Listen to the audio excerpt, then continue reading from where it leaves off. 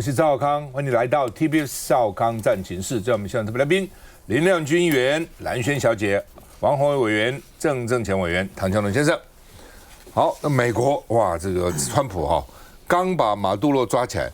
现在美国的斩首部队又到英国，英国干嘛？抓英国首相吗？不是，说俄罗斯有幽灵的游轮在那个地方。你看这游轮其实很破旧了，很破烂的一个游轮，但是因为它有这个船舱很大，可以装很多油了。要去干嘛呢？说呢，这个是原来的委内瑞拉的游轮，就是现在挂在俄罗斯的这个名下，这叫贝拉1号，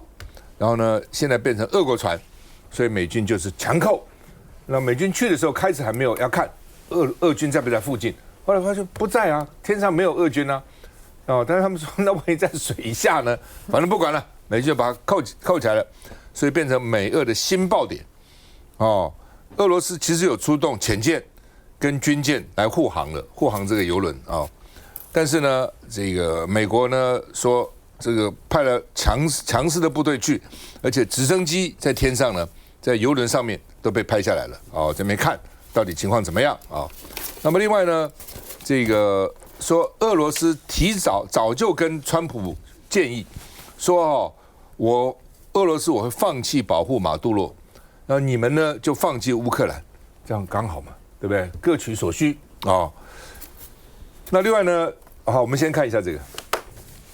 美国海岸防卫队的巡逻舰穆洛号慢慢接近航行中的游轮贝拉1号，海岸防卫队战术小组准备执行登船扣押，因为美军宣称贝拉1号是委内瑞拉相关的游轮，就是这艘游轮，美国官员证实它挂上俄罗斯船旗，船身侧面也画上了俄罗斯国旗。被扣押当时，它在苏格兰和冰岛附近的北大西洋，这是近年来美军首次扣押悬挂俄罗斯旗帜的船只，当然也影响美俄关系。This was a Venezuelan shadow fleet vessel that has transported sanctioned oil. Там напомнили, что действия американской стороны нарушают Конвенцию ООН по морскому праву. 美国政府透露，贝拉1号从去年12月就遭美方追缉，但当时邮轮拒绝美方登检。英国国防部证实，他们决定从陆海空3个方面协助美方追捕，因此英国境内3处空军基地才募集到美方军机罕见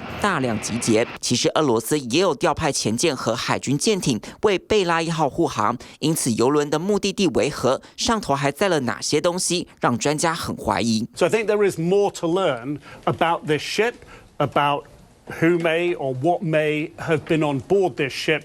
that ran away from Venezuela at this time. 同一天，美方也公布画面，登船扣押另一艘位在加勒比海悬挂巴拿马国旗的委内瑞拉邮轮苏菲亚号。而川普最近也签署行政命令，宣布美国将退出66个国际组织，其中31个机构和联合国体系有关。刚讲66个国际组织一口气，一半跟联合国有关的一起我们最熟悉的就是 UNFCCC。UN 就是联合国嘛，然后呢 ，FCCC 这是什么东西？这是一个环保组织，控制那个温室气体的，以巴黎协定做基础的。川普说，地球暖化、温室气体都是骗局，都骗人的，过来害我们美国，让我们不能发展我们的石化工业，让我们不能开采我们的这个页岩油所以呢，一大堆联合国机构跟一大堆的什么气候变迁的啦，这个甚至呢贸易发展的啦、国际贸易啦，什么都有。66个一口气通通撤销退出来，而且他说毫无必要浪费资源这是个骗局，我干嘛为骗局来付钱呢卢比尔说不是只有这66个，其他还在审，还有很多要退出来。美国通常是金主啦，他有钱嘛，所以参加这些组织呢，他其实很多钱是他出的，所以他现在我不要做冤大头，我不要付钱了所以呢还在看其他的，搞不好一个退出来，那些组织也蛮惨的，钱就不够了。来，洪伟，这个因为在美国直接把马杜罗那个抓到美国去之后联合国有发表谴责。那所以现在美国很凶啊，他反正也不甩这个联合国，你来骂我，我就干脆呢就宣布我要退出66个这个国际组织，这里面一大半以上通都是联合国的组织。那这里面呢，大概最主要就是包含什么气候变迁啦，还有人权组织，他觉得你动不动在跟我讲什么人权哈，我也给你退出。另外有一个是还有 WHO， 他说他也要退出。不过我想这个可能对台湾会有一些影响啊，因为我们过去一直都寄望着美国支持我们能够参加 WHA 的这个会员大会。那如果美国连 WHO 他都退出了，他以后到底要用什么样的角色跟立场说要力挺台湾，然后参加 WHA 呢？这个部分呢，跟我们中华民国有一点关系。那我觉得现在美国的做法哦，其实。在一瞬间，他原来世人认为美国是国际警察，济弱扶倾。然后，如果这个世界上有什么争议的话，美国会出来这个出手，来管，是一个警察的角色。但是突然现在美国变成什么角色呢？变成强盗，那今天就是我喜欢什么，没有什么不可以啊。马杜罗或者委内瑞拉，这是我的后花园啊，这个门罗主义。那请问一下，格陵兰你又是什么主义呢？那格陵兰有在贩毒吗？格陵兰有毒品送到你美国去吗？没有啊，因为你觉得就是符合我美国的利益，然后呢，现在呢就直接说，我接下来就要拿格陵兰，那现在说，我两种方式啦，一种呢我是用买的，另外一种呢，那我不排除用武力来取得，这叫做什么？敬酒罚酒。好，你敬酒不吃就要吃罚酒吗？所以搞到现在，连欧盟的国家、欧洲的国家都已经动不了啊！因为在他进攻委内瑞拉的时候，事实上真正有严厉谴责的中国、俄罗斯古巴、巴西这些国家。那欧洲这些国家呢，他没有严厉谴责，他只是说，你要遵守国际法呀。可是现在看起来不对哦。你现在直接到我家门口了，而且呢，格陵兰现在是属于丹麦，丹麦又是北约的国家。现在如果欧洲还可以继续的坐视不管，通通都不讲话的话，那以后是不是美国就要予取予求？他爱要哪个国家就要哪个国家的东西？我觉得你有矿源，你有资源，你可以开发，然后我就可以进来。所以我觉得现在处于一个天下大乱的一个局面。所以今天我们在讨论就说，当美国去一直追杀说，你挂俄罗斯的这个国旗，就是你这条船是俄罗斯的油轮，我照样把你扣押起来。那大家说，那会不会造成美俄之间的冲突呢？好，或者他现在取了委内瑞拉之后，他说委内瑞拉你现在完全听我的，现在这个副总统他支持这个副总统，但是副总统要求你呢，你一定要把什么中国啦、俄罗斯啦、古巴什么这些伊朗的这些势力啊，什么顾问全部给我赶走，只能听我美国人的。那大家说，哇，那这样也是公开的，是跟中国一样叫板，所以大家会现在担心中美之间还有俄国跟美国之间会不会起冲突？但是我觉得现在他们真的，因为他都各有所需，我认为不会短期内出现一个非常极为正面的冲突。但是美国一连串的动作已经造成天下大乱、秩序大乱。夏龙，美国他退出这些的组织，并没有什么，就是因为其实这些组织绝大部分呢都是在冷战前在为美国的政治服务的。美国天底下没有那种无缘无故的大善人。美国之所以愿意捐比较多的钱给联合国，联合国摆在纽约盖很漂亮的大楼。你如果到联合国的总部，你站在门口往后面转，在它的正前面呢，然后在它的右手边的30度的地方有一个 Trump World Tower。川普把他大的大楼呢盖在呢纽约联合国总部的大楼的正对面。这些呢，所有过去对这些国际组织，那是因为呢，在冷战之前的时候呢，美国奉行的以美国利益为服务的全球主义，那这些呢都是全球主义的产物。可是今天当美国川普今天呢，最认为最重要的是呢，以门罗主义、唐罗主义为基础的川普推论。的那种的权利意识，而不再呢标榜美国价值就是普世价值。什么叫做普世价值？不用讨论，美国价值就是普世价值。美国要的就是全世界呢都应该要努力帮我张罗的。川普现在已经没有办法再讲这样话，他也不相信这样的话，所以当他追求单边主义的时候，这些呢全球主义连盲肠都不如，他当然就把它都割掉，因为浪费时间。好，当然呢，有一些组织呢，它只要还有利用价值，所谓还在审查，就看还有没有一些边缘的利用价值，它会不会退 G7， 它会不会退 G20， 它会不会退 APEC， 它会不会退 WTO？ 这些呢，其实对他来讲呢，也都像是鸡肋一样，但是还有一点点利用价值，所以呢，我们可以呢再观察一下。好，但是像刚刚提到的，就是说，当他呢在委内瑞拉当中呢执行呢他的单边主义的时候，这些的单边主义完全依据美国的国内法，把他的国内法甚至凌驾在国际法之上。川普今天呢退出这些组织呢也好，因为你要基于这些的组织，不管是跟他讲的，就是说呢，就全球主义当中联合国宪章的基本框架，或者是因此而来的国际法，你美国应该要遵守国际法的规范。那美国就动弹不得。美国今天呢，几乎所有的形式作为都不在国际法的框架里面。他的单边主义，他相信的拳头，他的美洲的霸权主义、帝国主义，这些呢是不可能摆在战后的联合国宪章的框架里面，所以他一定退。就像呢，他在追俄罗斯的这艘油轮，俄罗斯本身产油啊。俄罗斯不会莫名其妙的有一条油轮呢，还跑到委内瑞拉去载油，他自己的油都已经大量的出口了，他何必还到委内瑞拉去载油？就是因为它是一条幽灵船，它是呢一个呢船级国呢变来变去的船，这个船呢通常呢都是把油呢从俄罗斯运出来，运往其他呢跟俄罗斯买油的国家，但这条船就很怪。这条船呢跑到委内瑞拉另外一个产油国来，美国当然就会怀疑你，所以在周围活动的船很多了，也有中国籍的等等，委内瑞拉还是想尽办法偷偷的把油送出去，能够呢赚点钱。可是呢这条船它确实怪，所以美国呢特别盯着这条船呢追。美国呢盯这条船不是因为担心呢你偷偷的卖油，因为这不合理。我刚刚讲的不合理，两个产油国之间为什么还需要用到一艘的幽灵船？因此呢，美国当然就怀疑，就是说这个船上面有没有什么我不知道的东西？毕竟呢，上个世纪呢是有古巴飞弹危机的，你哪知道这个时候他有没有可能在委内瑞拉也开始炮制这些东西，把一些美国没有办法忍受的军需品。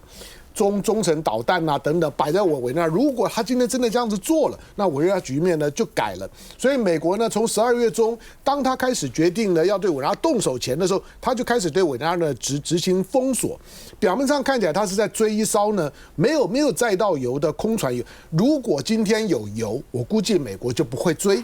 就是因为它没有油，所以美国才会对里面东西呢感兴趣、好奇。当然最后呢反映出来就是今天俄罗斯的海上能力是非常弱的，保护一艘的油轮还需要动用核潜舰，还需要呢去做各种的这种的船舰的调动。它反映的就是说当下的俄罗斯。它在海权上面，它的力量非常非常弱，所以美国今天呢也是柿子挑软的吃，无非呢就是担心俄罗斯有没有可能像是古巴飞弹危机一样，毕竟委内瑞拉跟古巴的关系是非常好的。马杜罗呢被抓的时候呢，周围保护他的呢都是古巴人啊，所以呢古巴人死的几乎跟委内瑞拉一样多。他担心的是这件事情，那到底是不是不知道，但是他一定会引起美俄之间短时间之内的紧张。也许呢乌克兰的问题呢会拖延一点，但是那都不是问题的本质。只要他确定这艘船里面没有美国不想看到的东西，这件事情不会拖太久。休息再回来。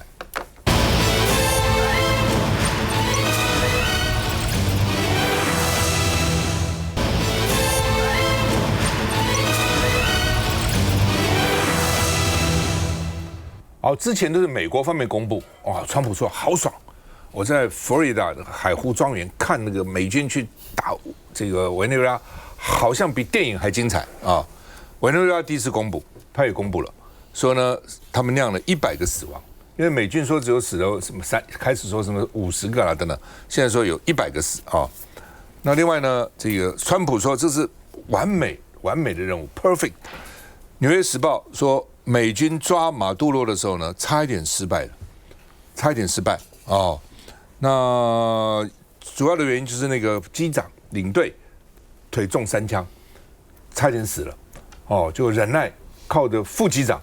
勉强把飞机，因为飞机上载的这些突击队员啊，三角洲队员下来了，后来飞机才把他们接走哦。所以呢，美国曾经失败过哦，就是在1993年在摩加迪休的时候，美国的黑鹰直升机被打下来哦。所以呢，也不见得像后来大家讲的说，哇，这个完美的这个军事行动哈。记者就问马杜罗了，说你这次花国家多少抓他，花了抓马杜罗，问这个国防部长叫赫格塞斯哈，花了多少钱？那国防部不肯回答，就说，哎，我们在地中海、红海、印度洋、太平洋，我们都有放部队啊，你为什么不问花多少钱？为什么就问这个花多少钱？你存心找茬嘛。哦，像唐秋仁当记者一样，蓝轩当记者一样，洪伟当记者，哪壶不开老是问哪壶啊，对不对？就火了，不回答你，为什么其他都不问，只问这个？那美国把委内瑞拉5000万桶油都拦下来了，原来是要给中国的，那现在中国怎么办啊？所以呢，大陆的炼油厂恐怕向伊朗转向，此处不能买油，自有买油处，转向伊朗啊。那所以呢，这个那美国这些油去哪里？川普说卖掉的钱都要用在美国啊。那另外呢说，因为川普是要把这5000万桶原油都卖掉，石油都卖掉，所以呢油价又下跌不多了，昨天下跌1.2%哦，到了每桶60美元，因为现在油价本来就还不算太高哦。那另外呢，而且对美国来讲，现在通货膨胀非常厉害哦，几个人吃个汉堡、吃个什么点心都好很多钱的。所以呢，如果油价降低，就会减少美国通货膨胀的压力啊。那另外呢，说委内瑞拉石油储量虽然是全世界第一啊，3000亿桶的存量，阿拉伯只有2600亿桶，加拿大有2000亿桶，但委内瑞拉全世界第一，但是这个最涨为什么？管线漏气，管线漏油哦，所以呢，这个你看这个火光哦，就是它很多油就把它气漏出来，把它烧了哈。那因为我讲过啊，这个我有同学当时帮委内瑞拉设计这油管，因为它是重油的含硫量特别高，所以你还有一些其他的乱七八糟的东西，所以你要高温高压把那个油要提炼出来，所以那个管线呢抗压的力量哦，不能漏的力量是非常大的。那如果大家都制裁委内瑞拉的话，以前是美国人帮他，因为美国在那边投资，现在如果美国人这么几年都不帮他，所以可以想得出来，这个炼油厂的各种管线啊，这个机器啊，一定有很多的问题了哈。那川普才骂了哥伦比亚总统，说他是毒贩，现在呢说双方要见面了，哦，要见面了啊。那川普曾经说，我下一个可能就是哥伦比亚啊。那另外呢，这个美国的这个 ICE 就是他们的移民及海关执法局官员探员当街把一个女子杀了，以为移民呢一定是非法移民，搞了半天是合法的美国白人女子哈。川普说她是自卫，所以呢明尼苏达的 Minneapolis 的市长说乱讲，我们有录影带看，根本就当街枪杀我们。什么叫自卫？谁去威胁他了？看一下。美国国务卿卢比欧和国防部长赫格塞斯到国会向议员进行委内瑞拉闭门简报。议员除了要了解1月3号逮捕马杜洛的行动，更重要的是要听取美国管理委内瑞拉的计划。尽管美国总统川普表示可能动用地面部队，但议员透露，卢比欧表示美国政府没有计划在委内瑞拉驻军，而是无限期的继续部署在委内瑞拉周边，作为稳定区域的手段。卢比欧表示，美国在委内瑞拉将采取3阶段计划。第一步是稳定局势，包括以市场价格出售3000万到5000万桶的受制裁原油，并且由美国控制收益支付方式。第二阶段是复苏，确保美国、西方及其他公司能以公平的方式进入委内瑞拉市场。第3阶段则是过渡。That it's too premature and too early to dictate a timetable for elections in Venezuela right now. 美国逮捕马杜洛，川普证明很多事他不是只是随口说说。卢比欧将在下星期和丹麦会谈。针对格陵兰，欧盟执委会主席范德赖恩说，法律比武力强大。欧盟理事会主席科斯塔则表示，格陵兰属于他的人民。哦，我们再看看那个明尼苏达州到底发生什么事情。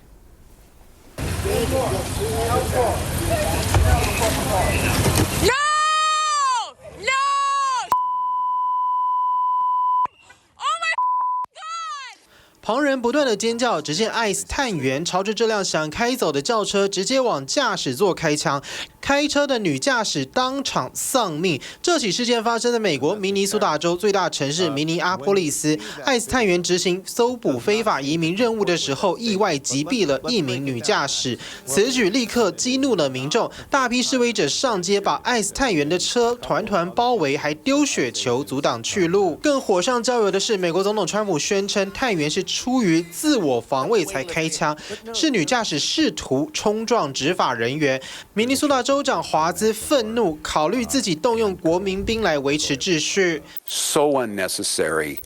and I don't know. I hope maybe we're at the McCarthy moment. Do you have no decency? Do you have no decency? We have someone dead in their car.For no reason whatsoever. 事件起因是国土安全部派2000人大阵仗到明尼苏达州移民执法，没想到才第2天就爆发了重大争议，可能演变成大规模示威。国土安全部长诺姆稍后将前往明尼苏达州亲自坐镇危机处理。好，明尼苏达人说滚出去啊！事实上，我们刚看那个车，如果画面是对的话，他是要走的嘛，他不是要冲撞探员嘛，在旁边开他枪把他打死了哈，所以就搞得这个明尼苏达人大概也蛮气的哈。来，那个蓝轩。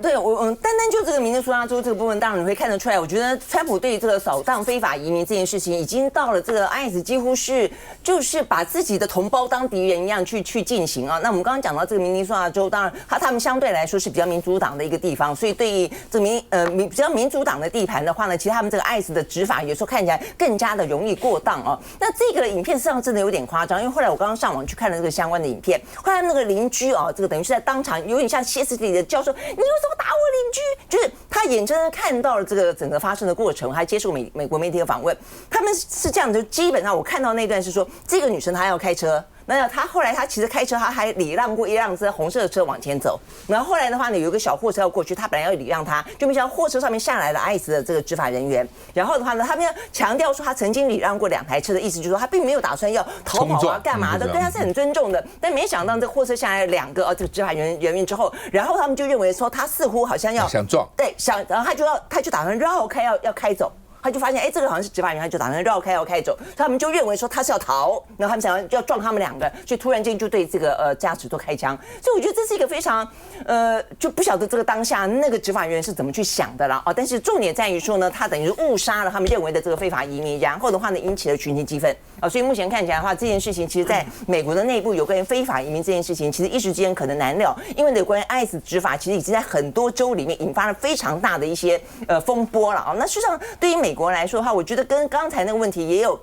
一点点的相关。就现在的美国基本上是把它的内部问题外部化，就它的一些非法移民很多是来自中南美洲、非洲，然后它很多毒品是来自于中南美洲，甚至它很多的一些内部稀土不够的问题、矿藏不够的问题、石油不够的问题啊，因为它大部分都是轻原油，它可能需要更多的重油，那才可以搭配去生产出更多的一些石油的产品，也因此它就开始呢对外进行一些相关的侵略。所以对于委内瑞拉是这个样子，对于格陵兰是这个样子，当年对于巴拿马是这个样子，就是他想要这些国家的移民不要来，毒品不要来，这个稀土给我，石油给我等等，就开始进行了我只要想要有什么不可以所以我觉得现在这个连串的事件看起来是这个样子。所以我觉得现在目前看起来的话呢，整个的局面，我觉得到了2026年的开局，我觉得已经进入到一个完完全全的野蛮状态了。对于美国来说，基本上完完全全违反国际法，甚至已经进行了新的殖民主义一样。OK，我觉得川普真的是一个狂人，然后当他从那个委内瑞拉这边的时候，把总统给押走的时候，其实我们看到他现在同时跟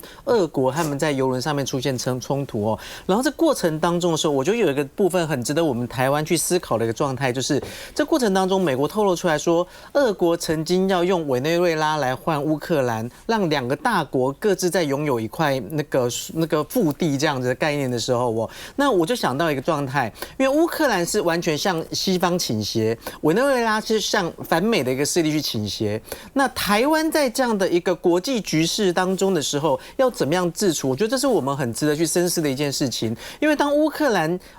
往西方倾斜的时候，我们后来看到了作战这么多年哈，然后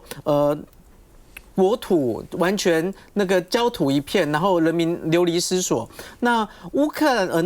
兰状态，我们看到这情况是这样。那委内瑞拉状态的时候，他进入反美阵营当中的时候，我们看到的情况就是，他的经济被制裁哈，然后主权受到的影响哈。那现在美国他又为了要去围堵，就是中国的一个崛起当中的时候，不断的在全球去要求他们更多的一个资源，包括来军刚刚提到说，委内瑞拉有3000亿桶的一个原油储量，在全球储量的17%，非常的高。然后他要继续要格陵兰这件事情，为什么？因为格陵兰有稀土。对这样的一个状态的时候，我们都看到美国他现在川普他完全在按照美国最大利益去做他自己的一个单边主义的一个状态的时候呢，那整个全球主义的一个势力在消长，这种状态的时候，坦白说，我觉得整个全球局势我觉得是危险的。那在这种状况的时候，台湾在这个过程当中，我们要怎么样子去取得一个比较好的状态？在大国的博弈当中，我们要一面倒的去